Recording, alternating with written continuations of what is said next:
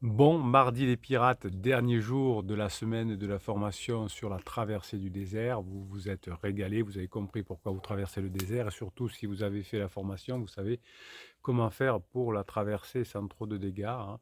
Quand votre conjoint est en crise existentielle, quand vous avez une crise de couple, vous avez forcément en vous une tempête du désert qui résonne, votre cœur bat la chamade, mais vous avez appris dans cette formation comment passer cette épreuve avec le moins comment dirais-je, d'embûches possible, hein, on le dit comme ça.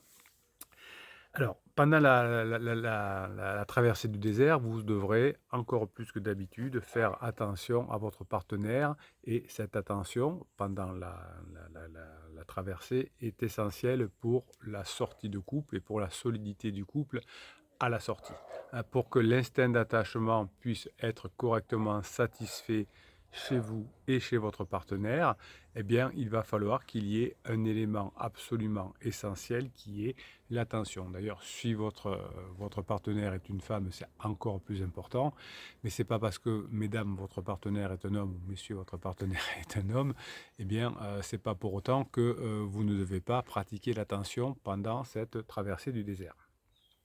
Pendant la traversée du désert, pendant la phase plateau, votre partenaire a besoin d'être libre, a besoin de se sentir libre.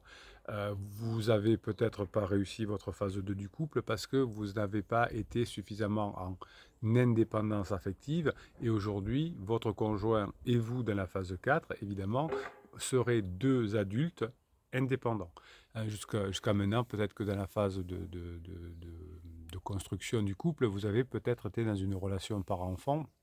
Vous avez d'ailleurs une formation, ce qui s'appelle le jeu de pouvoir sortir de la relation par enfant, qui est très importante pour les pirates qui l'ont fait. Vous avez d'ailleurs le catalogue des formations qui est en descriptif de cette vidéo, et vous avez une centaine, 110 formations exactement aujourd'hui qui sont à votre disposition.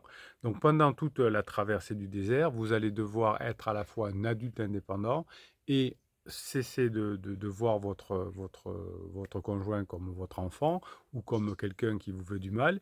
Ce n'est pas votre papa, ce n'est pas votre maman, et votre conjoint n'a pas, surtout pendant la traversée du désert, n'a pas à avoir d'amour inconditionnel par rapport à vous. L'amour inconditionnel, c'est que pour le papa ou la maman, vis-à-vis de l'enfant pour que l'enfant puisse grandir, pour que l'enfant puisse devenir autonome, hein. Donc on a cet amour inconditionnel qui fait que même si l'enfant fait des bêtises, même si il nous réveille la nuit, eh bien on l'aime quand même. Alors il y a bien sûr des exceptions, hein, où malgré la présence de l'amour inconditionnel, il y a des parents qui arrivent à se fâcher avec leurs enfants. C'est rare, mais ça arrive, hein, surtout quand les enfants sont plus grands. Quand ils sont tout petits, c'est très rare qu'un enfant soit abandonné par ses parents à l'âge de 10 ans parce que, je sais pas quoi, il est pas sage. On le menace, etc. Mais l'amour inconditionnel sert à ça, à garder son enfant, à élever son enfant, à faire grandir son enfant, jusqu'à ce qu'il soit adulte. Après, quand il est adulte, hein, la crise d'adolescence est faite pour se séparer du lien avec les parents, de cet amour inconditionnel, mais vous n'avez pas d'amour inconditionnel avec votre conjoint. Il y a un leurre qui s'appelle la lune de miel, les premières phases de la crise du couple, hein, qui fait qu'on ne voit pas les défauts de l'autre et qu'on pense que c'est notre âme sœur, etc. Mais c'est encore une fois un leurre de la nature, comme l'amour inconditionnel est un leurre pour ne pas abandonner ses enfants. La lune de miel est un leurre pour rester avec son conjoint, pour faire des enfants, hein. C'est comme ça que nous avons été sélectionnés, c'est pour ça que nous sommes là. C'est parce que nos parents, nos ancêtres étaient déjà comme ceci, c'est-à-dire qu'ils avaient là, ils connaissaient l'amour inconditionnel pour leurs enfants, sinon ceux qui n'avaient pas ça ont été éliminés au fur et à mesure par la nature, puisque les gènes n'ont pas été transmis, puisqu'il n'y avait pas d'enfants. Et la lune de miel est relativement récente dans l'histoire de l'humanité, une trentaine d'années, puisque avant, c'était les mariages étaient arrangés, obligés pour que deux clans se rapprochent. Aujourd'hui, la société ne protège plus le couple et la religion ne protège plus le couple. Donc, il faut bien qu'il y ait des superfuges de l'adaptation humaine. Et la lune de miel est une étape qui dure plusieurs mois où on ne voit pas les défauts de l'autre, l'ère de discernement est éteinte, est inhibée pendant quelque temps pour pouvoir créer, entre guillemets. Quand la procréation est terminée ou quand il n'y a pas de procréation possible, comme entre pansement et criseux la plupart du temps, eh bien, on sort de la lune de miel et c'est là que vous récupérez votre conjoint.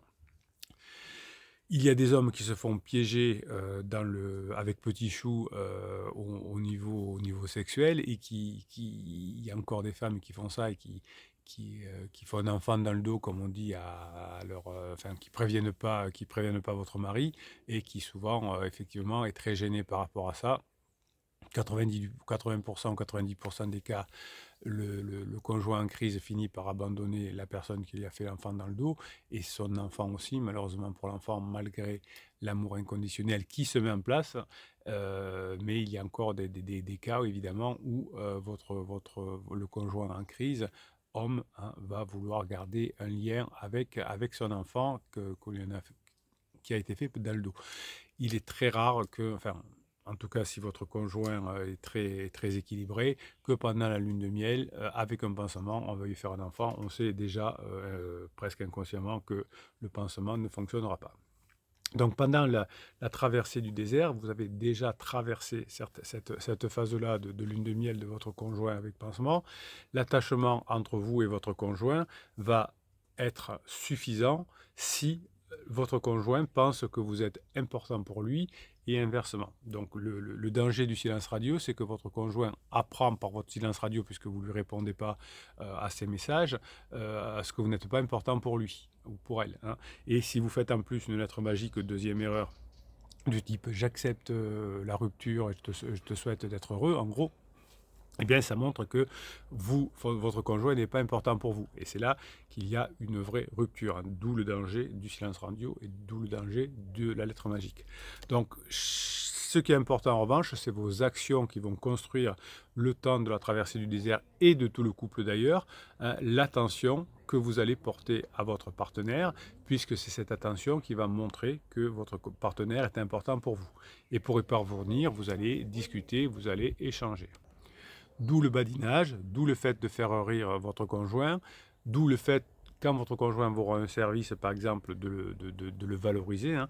Alors, un compliment, c'est pas vous avez compliment efficace, vous avez une formation qui existe. C'est pas qu'est-ce que t'es beau, mon chéri, qu'est-ce que t'es belle, ma chérie, hein. On ne fait pas des compliments sur le physique.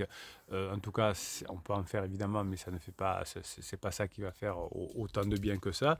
Vous allez faire des compliments sur ce que fait votre conjoint, hein, sur sa façon de s'habiller, sur sa façon de vous aider, sur sa façon de faire un cadeau, etc. Donc tout ça va faire que vous allez avoir ensuite plus de force dans la phase 4 de votre couple, parce que vous aurez apporté de l'attention, et l'attention peut se faire sous forme de compliments.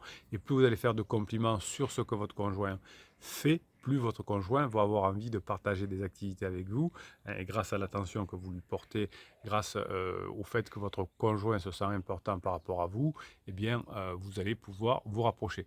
Très souvent en coaching, vous me dites effectivement, je n'ai pas assez dit à mon conjoint pendant la phase de sécurisation, pendant la phase de distanciation, pendant la phase 2, qu'il était important pour moi, qu'elle était importante pour moi, du type tu me manques, etc. Et évidemment, si l'autre ne sait pas que vous êtes important pour lui, hein, ben c'est compliqué. Donc pendant la tempête du désert, pendant la traversée du désert, même si vous vous sentez énervé, même si vous vous sentez floué, eh bien vous arriverez à revenir ensemble plus rapidement dans la phase 4, à condition que vous ayez mis de l'attention sur votre conjoint. Donc si vous regardez une série, si vous consultez un smartphone pendant que votre conjoint est à côté, eh bien évidemment, il n'y a pas d'attention, hein. Et ce qui vous met les nerfs en pelote, c'est quand votre conjoint, vous parlez à votre conjoint et qu'il pianote sur son téléphone pour envoyer un message à pansement. C'est un manque de respect, c'est un manque d'attention. Vous ne paraissez pas importante ou important et vous allez commettre un interdit. Donc dites-vous bien que si votre conjoint fait ça, c'est que pour l'instant, vous ne lui accordez pas assez d'attention, que vous ne comblez pas assez ses besoins et que pansement le fait plus que vous. Donc c'est votre part de responsabilité de régler ce problème-là. Alors c'est pas que votre faute, c'est une responsabilité collective de vous et de votre conjoint, hein, mais sachez bien qu'effectivement, si vous n'êtes pas, ça vous fait souffrir quand vous n'êtes plus la personne la plus importante pour votre conjoint, et votre conjoint a souffert, peut-être vous étiez en crise avant, de ne pas avoir été la personne la plus importante. Donc l'attention que vous allez porter à votre partenaire pendant la traversée du désert notamment, va faire que finalement, vous reviendrez plus rapidement ensemble. Beaucoup trop de couples n'échangent pas à propos de l'importance de l'autre, mais ils parlent de leur travail, ils parlent de ce qu'ils ont fait la journée, mais ils ne montrent pas à l'autre que c'est important. Des fois, vous me dites, pourtant, moi, je communique beaucoup avec mon conjoint, vous dites ça en coaching, alors qu'est-ce que vous faites? Eh bien, on se raconte notre journée, donc il n'y a aucune importance. Chacun raconte un truc qu'il a fait de son côté. Alors, on peut le faire, évidemment, c'est pas plus mal. Mais portez attention, si votre conjoint d'ailleurs vous raconte sa journée, posez des questions, montrez que vous êtes important, montrez que quand vous racontez une histoire, vous avez parlé de votre conjoint à vos collègues du bureau. Par exemple, vous disiez, ah ben tiens, une collègue du bureau qui disait qu'elle allait s'inscrire en club de gym. Elle disait, ah mon mari il est très fort en sport, si tu veux je lui demanderai quelle est la meilleure salle de la ville, j'en sais rien. Mais vous voyez, vous avez parlé de votre conjoint quand il n'est pas là, de votre conjointe quand elle n'est pas là aussi, évidemment, et ça montre que vous pensez à lui, à elle, et ça c'est important. Donc l'important n'est pas ce que vous direz finalement, mais comment vous mettez l'autre en mode important. Donc cette démarche de mettre l'autre en mode important, donc de lui porter de l'attention, est une volonté de partage, d'écoute, qui va montrer à votre conjoint que vous avez envie d'être avec lui et que vous, finalement, comme chacun a un ego un peu dimensionné, si vous dites à l'autre, ah ben t'es important pour moi, en gros, hein, par vos actes, eh bien la personne va se sentir valorisée dans son ego et va dire, ah mon conjoint, au moins lui ou elle, sait que je suis quelqu'un d'important. Donc cette volonté de rendre l'autre important par l'attention est importante pour traverser le désert. Souvent, les couples commettent l'erreur de gérer leur vie commune avec l'efficacité et la précision d'une entreprise, et ça, c'est pas bon, il n'y a pas d'émotion là-dedans, hein. Alors, il y a beaucoup d'entreprises aujourd'hui qui travaillent sur l'émotion, Dieu merci, mais le couple n'est pas, on ne gère pas son couple comme une entreprise, hein. Par exemple, dans l'entreprise, on essaye de répartir les tâches pour être le plus efficace possible. Ce n'est pas une notion que d'efficacité, mais d'efficience dans le couple. Lorsque l'on parle de problèmes, dans l'entreprise, on essaie de trouver des solutions. Là, on a peut-être juste envie de parler de son problème. Donc, vous voyez que pendant la traversée du désert, on peut faire des erreurs si on ne sait pas comment s'y prendre. Il faut que dans la traversée du désert, il y ait beaucoup d'émotions, que vous fassiez vivre des émotions positives à votre conjoint, pour que vous ayez encore envie d'être ensemble, pour que vous passiez des bons moments ensemble. Parce que si vous avez plus envie d'être ensemble, si vous souffrez de votre traversée du désert, eh bien votre conjoint se sentira plus important par rapport à vous et vous allez souffrir. Un couple n'est pas une entreprise. Un couple n'est pas une entreprise. L'écoute, l'empathie, les émotions, les rires ne sont pas des problèmes dans le couple. Dans l'entreprise, parfois on dit ah, on n'est pas là pour rigoler ou trop rigoler peut être mal vu, passer trop de temps à la machine à café peut être mal vu. Ben, dans le couple, passer beaucoup de temps à prendre un café ensemble, c'est bien vu, c'est même mieux, hein, c'est plus d'importance.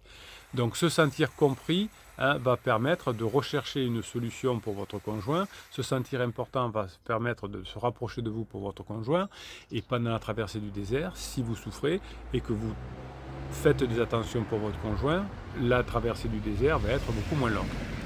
Donc finalement, dans la phase 2 du couple, dans la phase d'efficience, de sécurité, de distanciation, on se sépare, il y en a un qui fait la vaisselle, l'autre qui fait le repas, il y en a un qui fait le ménage, l'autre qui fait l'extérieur, enfin, etc. Donc on devient colocataire, hein, comme ça, dans les colocations, souvent on fait des listes de tâches que l'on se répartit.